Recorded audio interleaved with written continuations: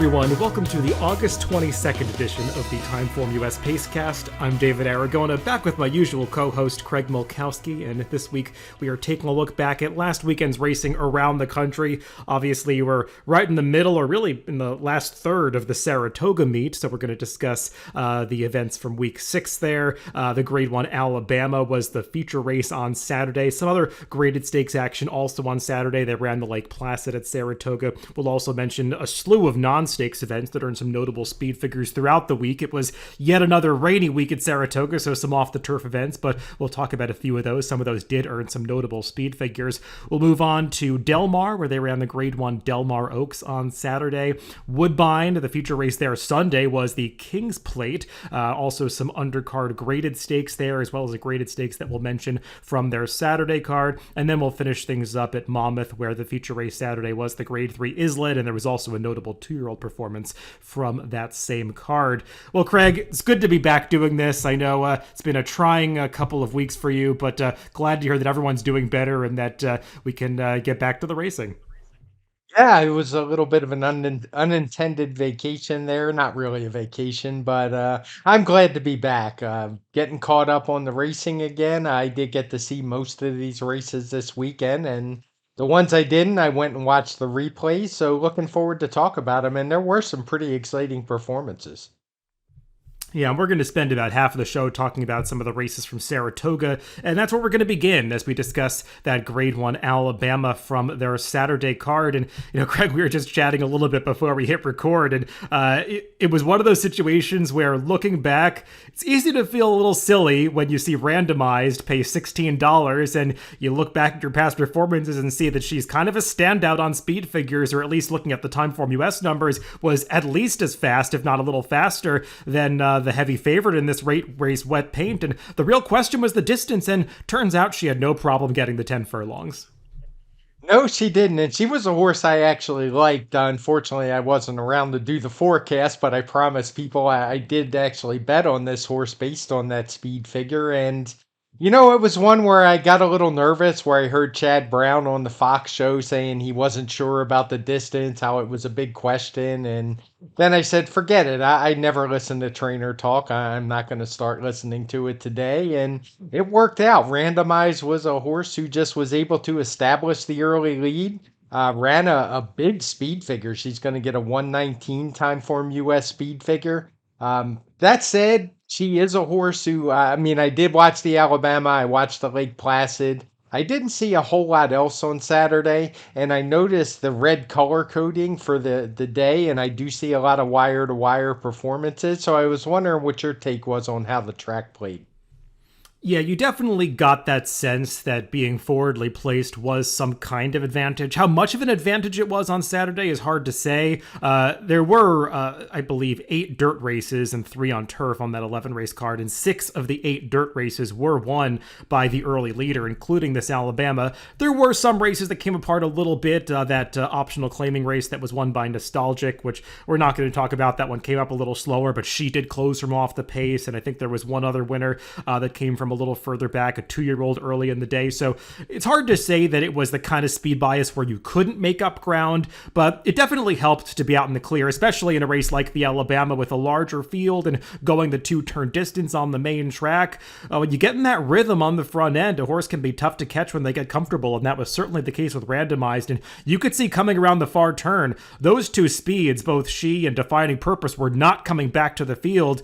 Wet Paint, I thought, actually got a great ride from Flavian Pratt because he tried to keep her closer to the pace than she typically is, and she was in striking distance at the top of the stretch, but the problem was Randomized wasn't coming back, and she was actually extending her advantage on Wet Paint through the lane, so the winner just ran a big race regardless of how the track was playing. Yeah, what I found interesting, I saw a lot of comments about how spread out the field was, and something to keep in mind is we just don't run this mile and a quarter distance, and especially for fillies, 3-year-old fillies, we rarely ever see it. The Alabama is probably the last time any of these are going to run a mile and a quarter. Possible, I forget. I think even the Delaware handicap is currently at a mile and 3/16. So that's what tends to happen when horses get spread out going. They get spread out going distances they don't like, and Particularly, I also saw plenty of comments how slow the pace was, and I think people just get used to seeing fractions for shorter races. When I saw a 47.86 pop up for the half mile, my first thought was that's a pretty solid pace for a mile and a quarter at Saratoga. It wasn't quite enough to be a red color coded or anything like that, but it was a very honest pace, and she just basically ran all the others off their feet who had a lot less closing kick than they do at shorter distances. Yeah, and she's going to be a horse that's a little tough to assess moving forward because she's run 5 times now. The 3 times that she's gotten to control the pace, she's been very successful and has run some pretty impressive speed figures. The 2 times that she didn't make the lead, she didn't run nearly as well, though one of those was her career debut, so you can give her a pass for that. But you wonder, is she a one-dimensional kind of horse? Does she have more versatility to her? I suppose we'll find out towards the end of the year because Chad Brown did say he's going to point this one towards the Breeders' Cup Distaff. And as we move away from the Alabama, Greg, we should just mention there were some pretty notable no-shows in this race. Julia Shining really was just never in it, under a ride the entire way and dropped back. Gambling Girl did have some trouble heading into the clubhouse turn. Text, I believe, was disqualified and placed behind her for kind of cutting her off and forcing her to clip heels. Some others really not running back to their prior speed figures. Chocolate Gelato, I think a lot of people expected her to be used as a rabbit in this race. She took a bump out of the start, but really never had the kind of speed that a lot of people expected to see from her. And I think that was a key performance because it allowed Randomized to get loose on the lead. Yeah, and I wonder if she's even really fast enough. When you look at her PPs, she's not a horse that's made the lead even go in 2 turns. The one time she made it sprinting, it was a really slow pace. So sometimes it pays to look a little deeper in the past performances. I guess maybe she was entered for that purpose, but the start was pretty ugly. You can probably find some trips if you spend some time watching the replay. I think the Equibase chart caller even gave it the poor start designation, something we don't see all that often. But when you look at the gaps, you might be stretching if you give too many excuses in this spot.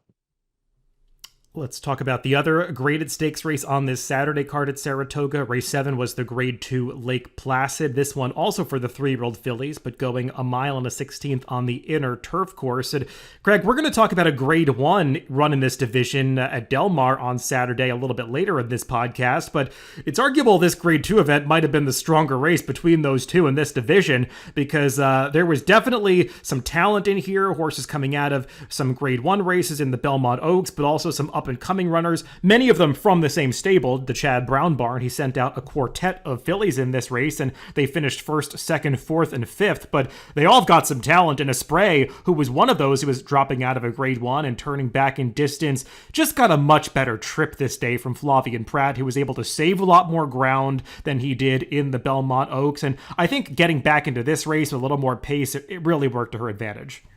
It did, and you can see it in the speed figure. She had barely cracked the 100 mark in her last couple. Had some excuses, some reasons in those. In one of those at Pimlico, the final time was actually much quicker, but it got downgraded because of a fast pace. But she exploded all the way to I believe it's a 118 here, which is really strong for a 3-year-old filly. And you mentioned the Del Mar Oaks, which we'll talk about. I think the winner of that race is fine, but I don't really think there's any argument this was a stronger race. Yeah, and the horse that got a mildly uncomfortable trip, perhaps, was Surge Capacity, the runner-up. I mean, she's a horse that you remember, Craig, showed a lot of speed in her debut at Monmouth. I believe won that race, vying for the lead the entire way. And they experimented with some rating tactics that worked last time to Lake George, and I just thought they went a little overboard rating her this time because she seemed a little too keen towards the back of the pack, like she wanted to do more than she was being allowed to in the early stages of the race. I mean, it was surprising to see Espray be the most forwardly placed of the 4 Chad Brown runners in this race, because on paper, she looked like she might be the slowest of the 4 in the early stages, but I think some riders just got a little bit too caught up in trying not to get involved with the 2 pace horses in this race who did end up fading, but some that just maybe are a little further back than they really wanted to be. But Surge Capacity was probably not beating her stablemate Espray on the day anyway, because the distance between the 2 at the finish was pretty decisive. And I'll just mention one more horse, Craig, Prerequisite. One of the Chad Brown runners, actually the one that finished the worst of them. Not the best trip for her. Just really no plan at any point in the race, going 4 wide around both turns. She's one you might want to give a pass to.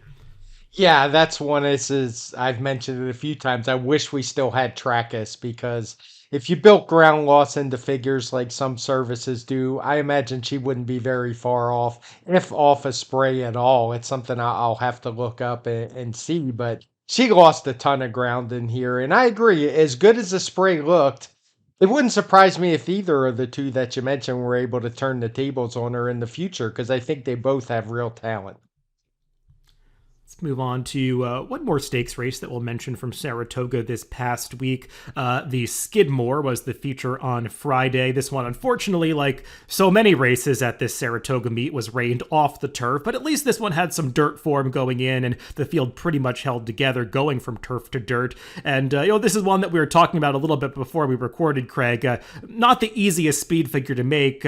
Friday was one of those days where, we did get a lot of rain prior to the card, so a lot of these races run over a wet track, off the turf, and the winner, Ship Cadet, is a horse that has handled both surfaces, and he was able to seamlessly make that transition back to dirt here after finishing second to the talented Gold Sweep in the Tremont in his prior dirt start.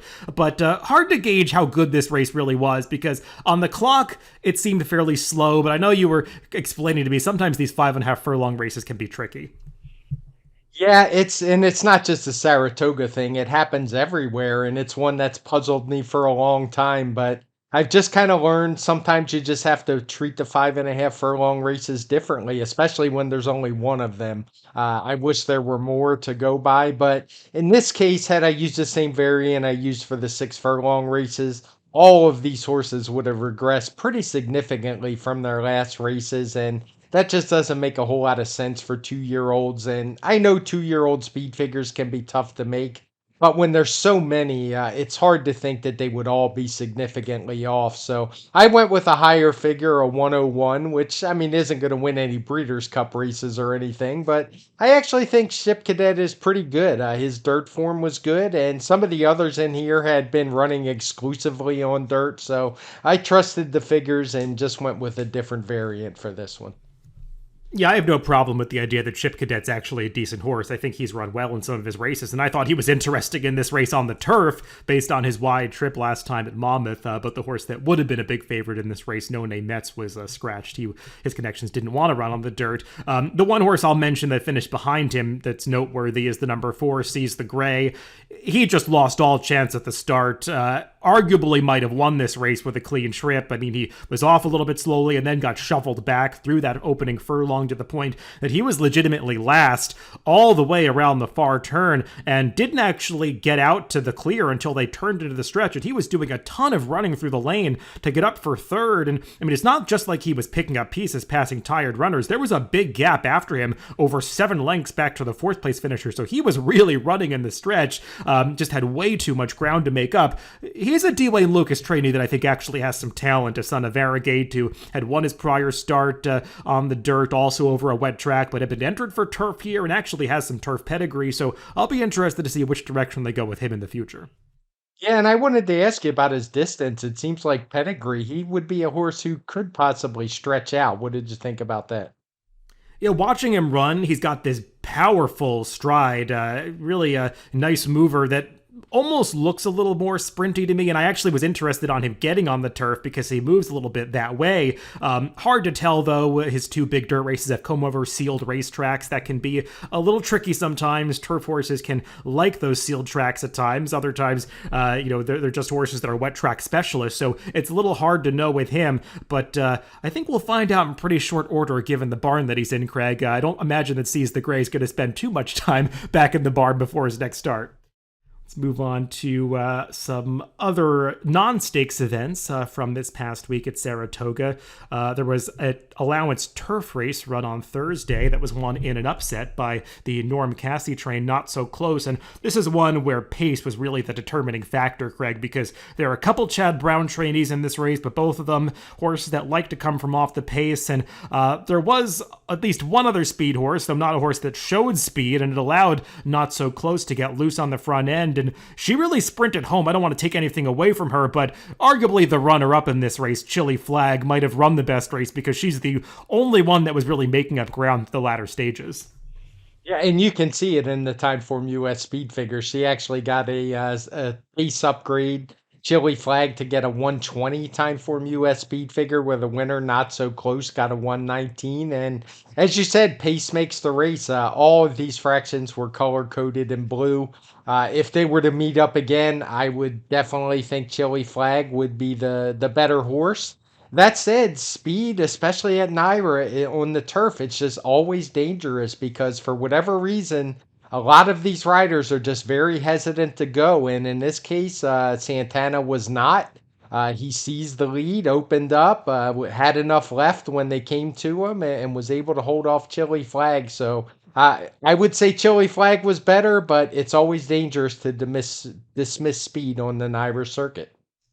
Yeah, for sure. And Not So Close is a horse that has really improved on the turf. She's now run twice on this surface, has been in the exacta both times. Actually ran pretty well in her turf debut at Ellis in her prior start. And the Norm Cassie barn has really been having an excellent Saratoga meet. I believe 5 for 9 now after that win by Not So Close on Thursday. And Ricardo Santana got off to a pretty slow start at the meet. Was kind of having trouble picking up the wins, but had a big week this last week at Saratoga.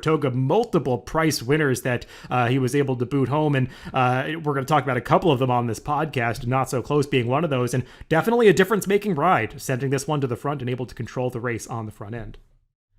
Another couple of allowance races that we'll discuss from Friday's card. One of these was an off-the-turf race. Both of these would run over the wet track that we saw on Friday, the same day they ran the Skidmore. The first one we'll discuss, Craig, was not the most enthralling race from a betting standpoint, as it was just a 3-horse field off the turf. But the winner of this race, Crouppy, is a 3-year-old that we've talked about before, was briefly on the Derby Trail, was a maiden for a long time, finally got his maiden diploma at Monmouth at his prior start, and it feels like maybe he's one where the light bulb just finally went on with this horse, because the Monmouth race wasn't perhaps the most impressive maiden win, but sometimes just getting that victory, being led into the winner's circle, can really wake a horse up, and he improved on that performance here to beat a much better field.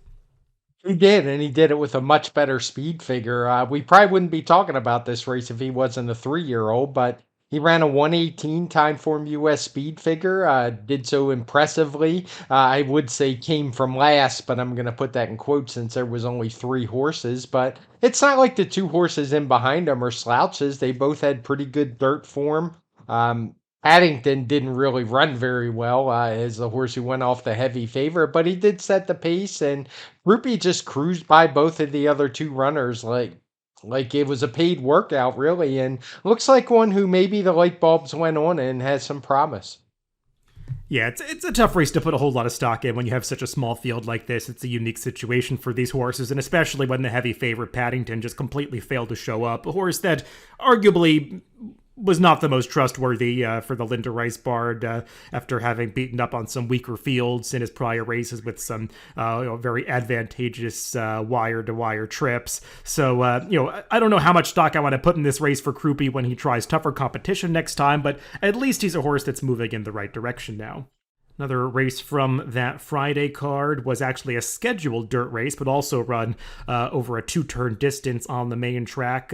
Blue Devil won the 7th race, which I believe is carded at 1 mile and 3/16 as opposed to the Crouppy race, which was 1 mile and 1/8. And this one had a much more exciting finish, Craig, as we had 3 horses battling to the wire here. Looked like Costa Terra was going to get this one as he angled off from the rail outside his speed bias and was rallying between horses, actually stuck his head in front, but Blue Devil just kept plugging away on the outside, and he's a horse that I think the connections have learned something about him at the Saratoga meet with all the rain, because his prior race got washed off the turf and they decided to just stay in, try a dirt race. It was another race that was just a 3-horse field. Why not pick up a check? He won that race by a dozen lengths, so they ran him on the dirt once again, and turns out he's a dirt horse.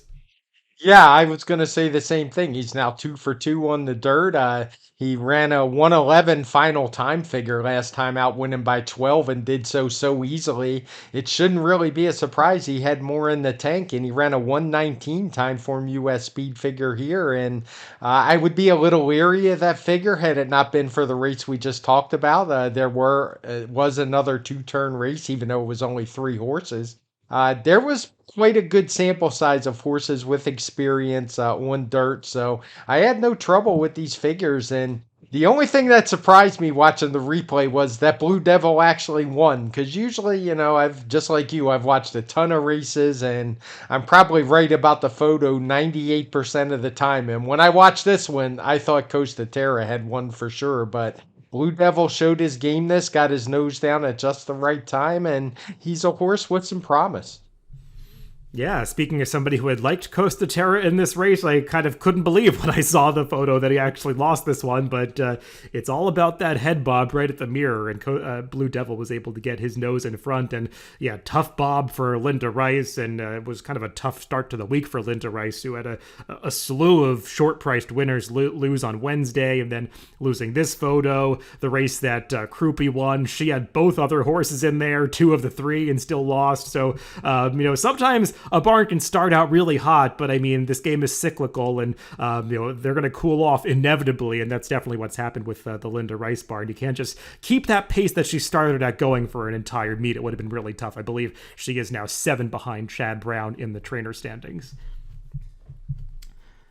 Let's move on to a Saturday allowance race, as we'll wrap up Saratoga by discussing two of the undercard races from that Alabama Saturday card. Craig, this is one that we kind of could have been on the fence to talk about, this allowance race that was won by Durante. A 117 TimeformUS speed figure is okay for an older horse, but I'm glad you put it on because this horse is just kind of cool. I mean, coming from Los Alamitos, then to Penn National, and now Saratoga, and he just keeps winning by open lengths.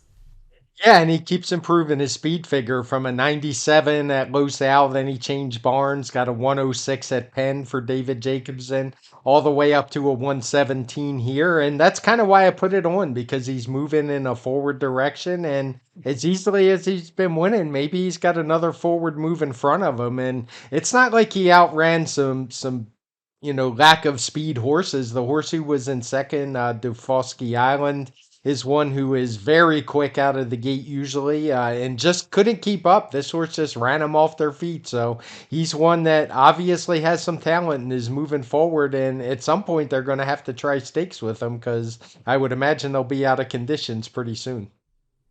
Yeah, this Saratoga meet for handicappers has been a little frustrating on a variety of fronts. And, for me, a lot of the horses that I really liked have run okay, been second, third, tough. I mean, this is one, though, that just kind of, really made sense to me. I mean, this horse wasn't the favorite, but I mean, if you've watched his last couple of races, he just looked like he was like he had this field over a barrel. I mean, his victory at Los Alamitos 3-back was so impressive, and then he overcame real trouble and a difficult trip to win that Penn National race 2-back. Just a horse that's in raging sharp form right now, and was able to beat Dufosky Island and another Rudy Rodriguez trainee in this spot. I don't know how far he's ultimately going to be able to take this show. I mean, he's probably going to step up into tougher company inevitably pretty soon, because these allowance races just get progressively more difficult as you go up in class. But he's definitely a horse that's doing really well right now for David Jacobson, whose barn has been pretty hot recently at Saratoga.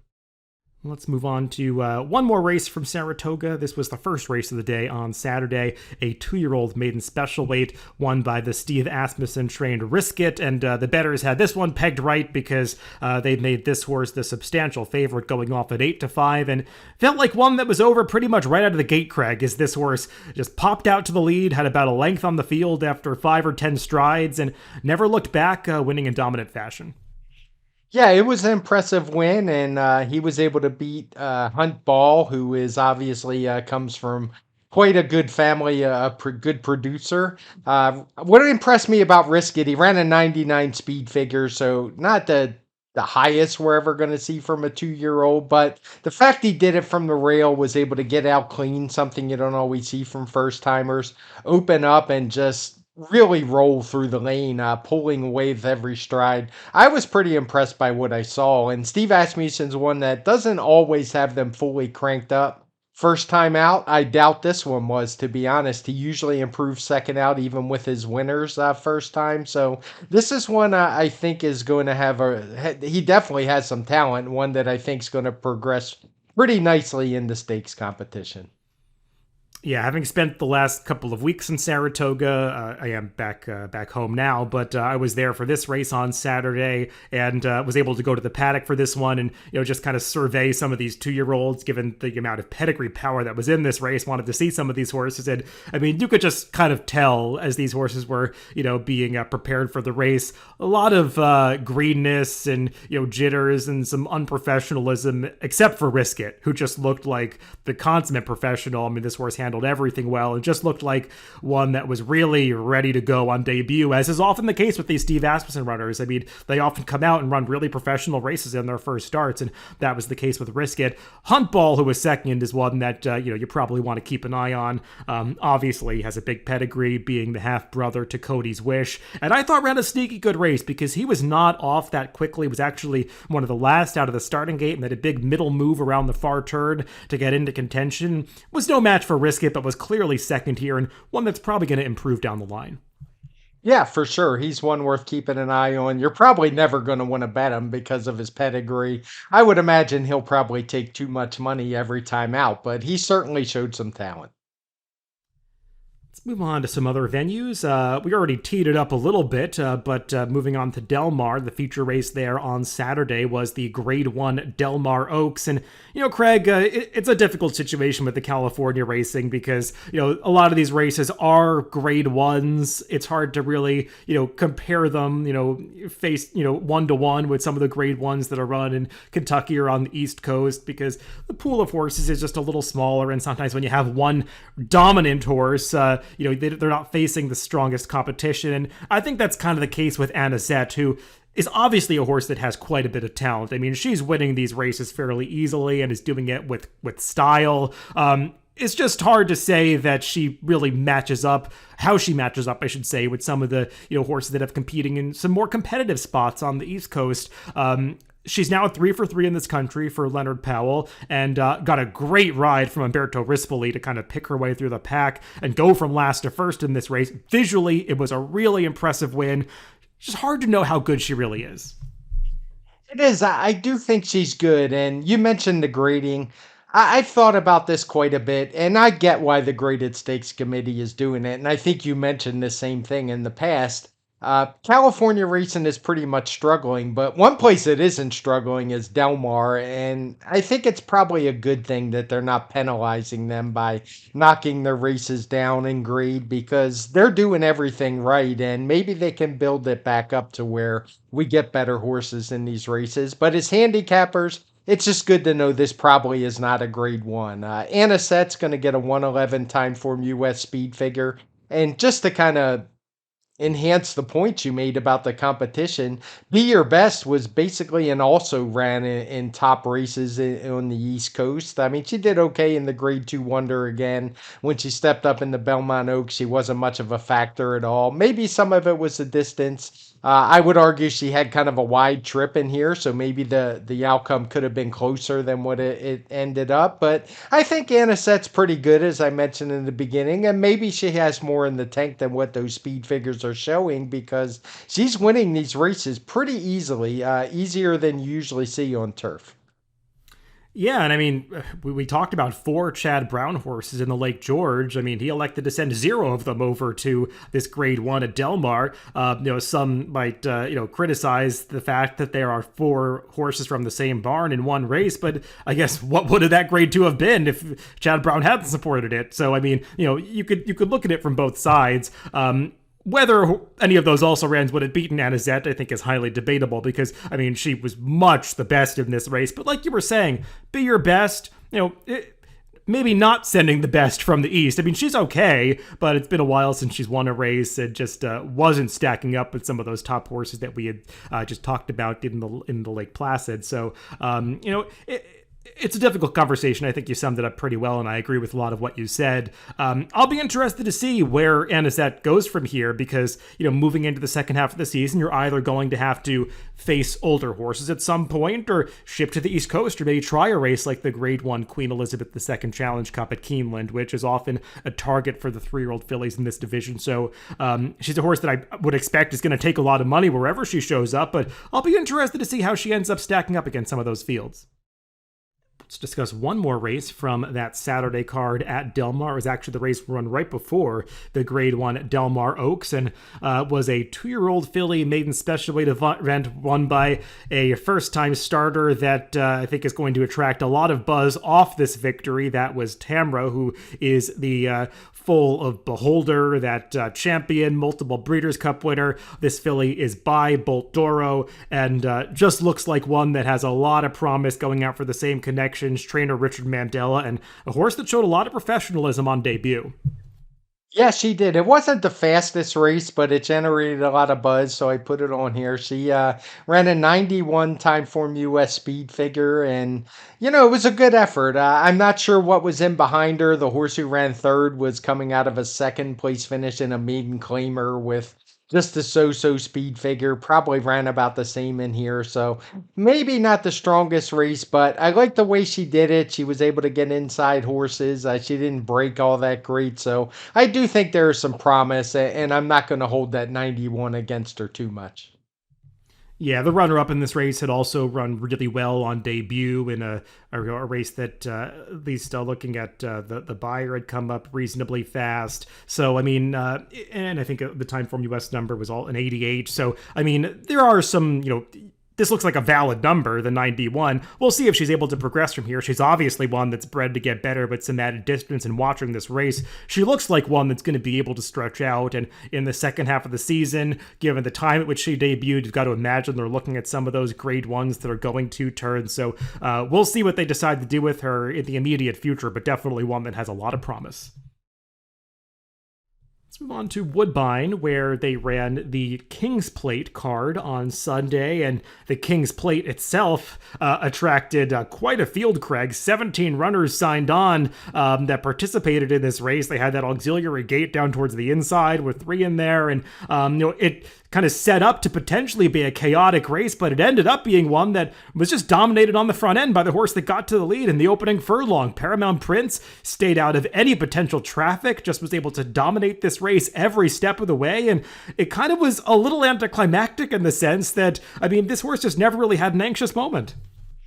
No, and this race kind of reminded me of the Alabama, where it was a horse who we were shown on a clear lead in the pace projector. And even though both showed that we were predicting a fast pace, it was one where once you get a horse clear on the lead and go in this extended distance, 1.25 miles again, that these younger horses aren't used to and probably won't run again, they prove tough to catch down. And that was the case, tough to run down. And that was the case with Paramount Prince, who just opened up and nobody could really make much of a dent all the way through the stretch. So good effort by him. I could try to predict the TimeformUS speed figure. I won't have it till later. I'm guessing around a 102, but it's a very tough one as the track seemed much faster for the King's Plate than it did for all the other races on the card. So I'm not sure what my assistant's going to do with this one, because the figures looked a little low coming in, and I had noticed that throughout as they were prepping for this race. So I'm just not sure how he's going to handle it, and I'll be sure to put it out on social media.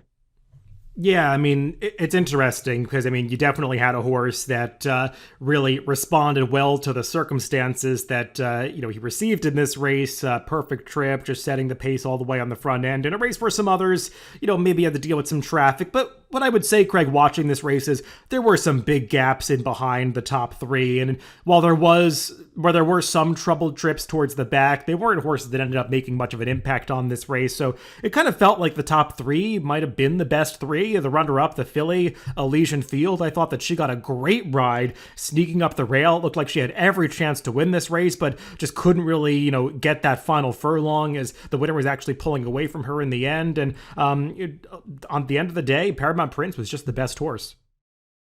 Talk about some of the graded stakes on that King's Plate undercard. They ran the grade 2 Dance Smartly, going 1.16 miles on the turf course, and really one where, I haven't seen the pace figures for this race, Craig, but it feels like a race that's definitely going to have those blue color-coded fractions, as Javier Castellano was able to rate Mr. Caris on the lead, and Moira took a shot at her in the stretch, but when a horse is allowed to go as slowly as Mr. Caris is, really tough to catch that speed horse. Yeah, I while you were talking, I pulled up the pace figures, and it's got a big fat slow in all capital letters for the pace. Definitely one that's going to have blue fractions, and she's a horse with some talent. We've seen it. This is the third time in a row she's went wire to wire. So it seems to be they finally found her hole card to just get her to the front, let her run. Not sure she'll always get things as easy as she did on this day. I'm guessing the Timeform US speed figure is going to be in the 119 range. So pretty good effort, but at some point she's gonna get challenged up front because they're not just gonna let her keep walking up there. Yeah, I mean, they picked a pretty ambitious spot for her to come off the layoff. She had not run since winning an allowance race in November of last year at Aqueduct, but Neil Drysdale, a trainer that can have a horse ready to go off a long break, and she definitely was ready to fire her best shot, and good on that barn for picking out this spot for her, because it definitely was pretty advantageous for a horse that had some tactical speed in the race where a lot of others just, didn't seem interested in pressing her in the early stages. Moira ran fine for second, but, this is a horse that keeps taking a lot of money, going off at short prices, and I think it's been 5 races now that she hasn't won since last year's Queen's Plate, so she's been a little bit of a disappointment. Yeah, she seems to me to be a filly who just hasn't progressed. She's been running the same speed figures for quite a while now, since last summer, without really moving forward. Maybe she'll have that forward move in her at some point, but it's getting less and less likely with each start. Earlier in the day on Sunday, they ran the Grade 3 Bold Venture, this one going 6.5 furlongs on the synthetic course. And it was the young horse, the 3-year-old, that beat all of the older rivals. Patches O'Houlihan, I had done a preview of this race on the DRF YouTube channel last week, and was spending some time talking about this horse because he was really interesting coming in here. The win streak, he had won 5 of 6, and a horse that had been undefeated on synthetic, but facing a real class test here. The feather in his cap, Craig, is that this horse has a ton of early speed. It looked like he would have gotten loose on the front end, and that's exactly what happened, and just never really let anybody else get into the race at any point. No, he's impressive, and he's gonna get a nice speed figure. I'm guessing around 116. So another forward move from him, and I'll be the first to say he didn't beat the strongest group of older horses. The race rating came in only as a 112, but he's one that just keeps moving forward, and he's even won on turf, undefeated on synthetic. So I almost hope at some point he would get a chance outside of Canada, maybe against a little tougher competition, because he's really good. 6.5 may be about his limit. Looked like he was getting a little weary at the end, but he still was clear at the finish. So definitely a horse to watch going forward. No, he's a neat horse, and I was watching some of his prior replays, and his trainer Robert Tiller was saying he actually had an injury after that one race he lost as a 2-year-old on the turf. It kind of was regretting running him over a course that had some give in it, but since coming back as a 3-year-old, he's been undefeated. He's now 5 for 5 on the synthetic track at Woodbine. Now, I will say, Craig, he's the same trainer as Pink Lloyd, who we talked about for so many years. It was just dominating these races up in Woodbine. I don't think ever left Woodbine. So I don't know if we should expect this one to ever travel, but he's definitely a horse that has a lot of talent, and for a 3-year-old to beat these hardened older horses is definitely one with some potential. One more race to discuss from Woodbine. It was actually a race from their Saturday card. The Grade 2 King Edward was won in a minor upset by War Bomber, and a horse that was a really great claim for these connections 2 years ago. Back in 2021, they picked him up for $25,000, and he's been a multiple stakes winner since then. Now a Grade 2 win to his name, and he forged his way to the lead at mid-stretch, but the runner-up Treason didn't go down without a fight. I mean, he was really coming back in the late stages to make it close at the end, but War Bomber was able to hold on. Yeah, and I think we talked about Treason at some point. He's a horse who's been running some fast speed figures on the synthetic at longer distances, was able to turn back, change surfaces, but couldn't quite get the War Bomber, a horse who I think that's a career best speed figure from him. He gets a 121 on Saturday in the win, and just a really good effort in a race that to me came back surprisingly strong. Yeah, Treason has been in great form. They've been primarily running him on synthetic, and I think we talked about him when he had been in some of the running lines of that race won by Tyson a few weeks ago. Another promising horse up at Woodbine that's a synthetic specialist. And, they went back to the turf here. He's a horse that early in his career had a lot of trips on the turf for, I believe, trainer Bill Mott, but was able to make that transition back for trainer Josie Carroll now. But the winner, War Bomber, take nothing away from him. He made that big move at the top of the stretch and was able to hold on. The disappointment in this race, obviously, was the favorite, Shirl Spite, a horse who was actually second in the Breeders' Cup Mile last year. They got really ambitious over the winter, going overseas, running in Japan, and then running in Dubai. I mean, tough assignments for this horse, and he might have just needed one off the layoff.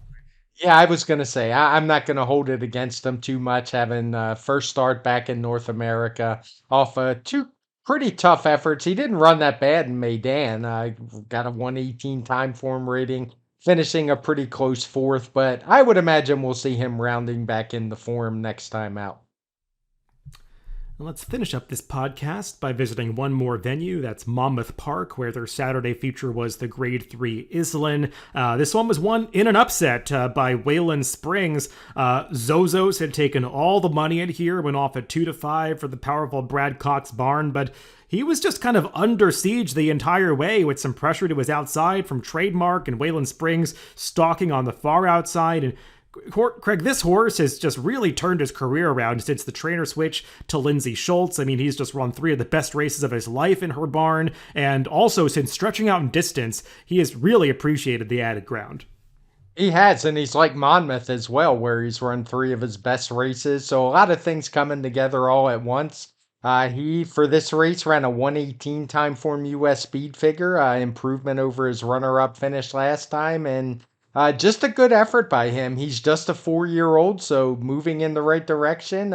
Maybe he's got a little more in the tank. The Islin isn't what it used to be. It made me a little sad seeing this field because when I used to be stationed in New Jersey for 10 years, I used to go to this race quite a bit. I can remember horses like Skip Away and Ali Sheba winning this race. I think Formal Gold won this race as well. So just some really nice horses have won it. Not quite what it used to be, but Wayland Springs is pretty good and in top form right now. Yeah, he had taken a real shot at Proxy in his prior start when that horse won the Monmouth Cup as a heavy favorite and proved that performance was no fluke here as he won this one. I will say, Craig, I haven't been paying that close attention to Monmouth, but I do notice that this race gets that dark blue color coding for the day in Timeform US, indicating a closer's bias. And I know that sometimes at Monmouth you do have a pretty pronounced dead rail situation that can pop up from time to time. And watching this race, Zozos was just ridden by Florent Giroux, who obviously doesn't ride at Monmouth that much, and he just kept this horse glued to the rail the entire way, whereas some of the local Monmouth riders like Jose Ferrer and Sammy Camacho went way out to the center of the track on Trademark and Wayland Springs, and I wonder if they knew that the rail was not the place to be, and Zozos just kind of, stayed down in there plugging away on the worst part of the track. I wonder about that a little bit because, you do see that pattern in this race, and I haven't gone back to watch all the dirt races at Monmouth on Saturday, but seeing that color coding, it's something that as a handicapper you might want to consider.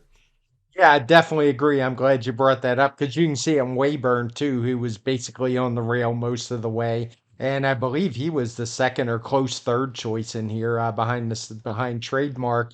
And he was on the inside the whole way and just had nothing. Now he was coming out of a race he didn't run much, so maybe it's just a thing where he's all form. But for 2 of the top 3 choices to not run at all, there's probably something to it. Yeah, Wayburn, he's been a really nice horse. He's a huge horse who's really cool that I've been a fan of at different points. The Gotham winner in 2021. Something looks like it's just not working in the Pletcher barn. I mean, since switching away from Jimmy Jerkins, he's been basically eased in 2 straight races. Maybe he's just a horse that doesn't want to do it anymore, but yeah, more than just a dead rail. This was a concerning performance from him. And then one more race to mention from Monmouth on that same Saturday card was a 2-year-old maiden special weight event won by the first-time starter Camilla T. And Craig, it's not every day that you see horses win turf sprints by double-digit margins, especially not on debut. But, I mean, that was the case here for this first-time starting filly. I mean, she just rocketed out to the front end from the start and widened her margin every step of the way. I posted this replay on Twitter just for people to watch, and don't pay any attention to the times. It's a race that was mistimed for some reason. The clock started early. It was significantly faster. That said, the speed figure was really tough to make. It was the only sprint on the card. It's obviously no turf form going into this race. When you look through the chart, all the 2-year-olds that have run had been on dirt. We have no idea how good they are, so this race is definitely a bit of a wild card. I wound up giving her a 100 speed figure, but the word was out on her. She was 9-2 on the morning line. She got bet down to even money. Never had to break a sweat in this race. Just drew away by 13. So she's one to keep an eye on. And as a speed figure guy, I'll certainly be watching to see what she's able to do in a race where I have a better gauge of her talent.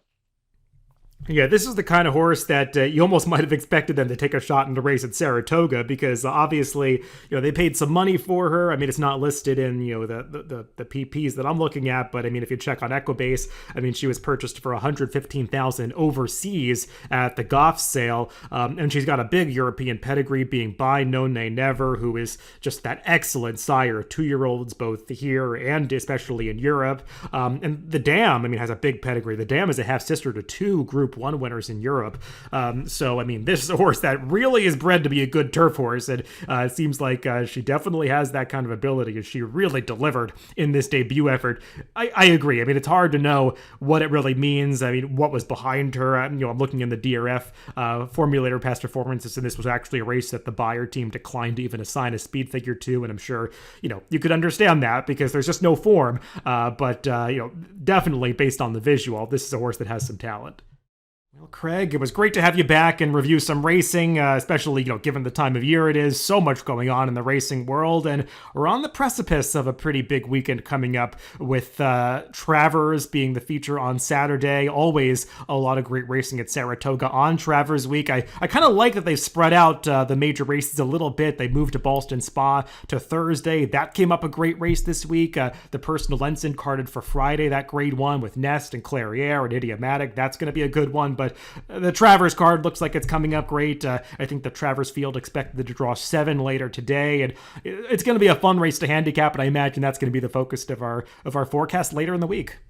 Yeah, I think we can go ahead and ink that in. I don't think people will be too happy with us if we ignored the Travers card. It'll be a great card. Hopefully the weather holds out. That's been an issue, obviously. Nothing anybody can do about that. As I heard on Steve Bick's show today, if the rain's all you can do is let it fall. So hopefully it stays dry. I think it's kind of an iffy forecast, but regardless, it will be some top level racing this week and something I look forward to in a week I'm really glad I didn't have to miss. At least with the one I did have to. It was kind of slow by Saratoga standards anyway.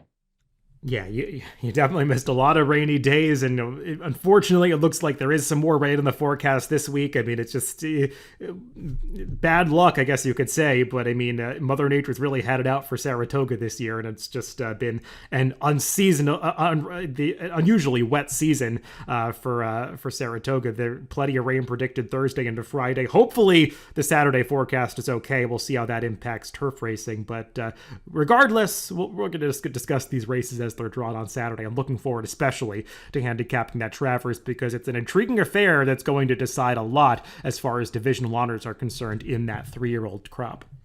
Yep, and good luck with the morning line. Looking forward to seeing what you come up with. I imagine sometime tomorrow. We're recording on Tuesday, so I'll see you probably Wednesday.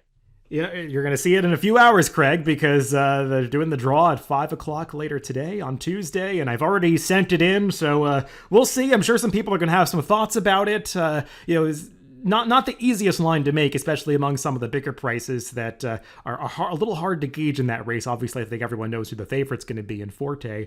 But yeah, definitely looking forward to having a deep dive into that Travers, as we're going to discuss it on the forecast and I'm sure a stakes preview a little bit later in the week. Everybody, thanks for listening to the podcast this week. Remember, you can always catch these podcasts on DRF.com, Apple Podcasts, Spotify, and YouTube, wherever you get your podcast. Just make sure to subscribe to the Daily Racing Form channel. Again, thanks for tuning in this week, and make sure to catch the TimeformUS forecast coming up a little bit later on Friday.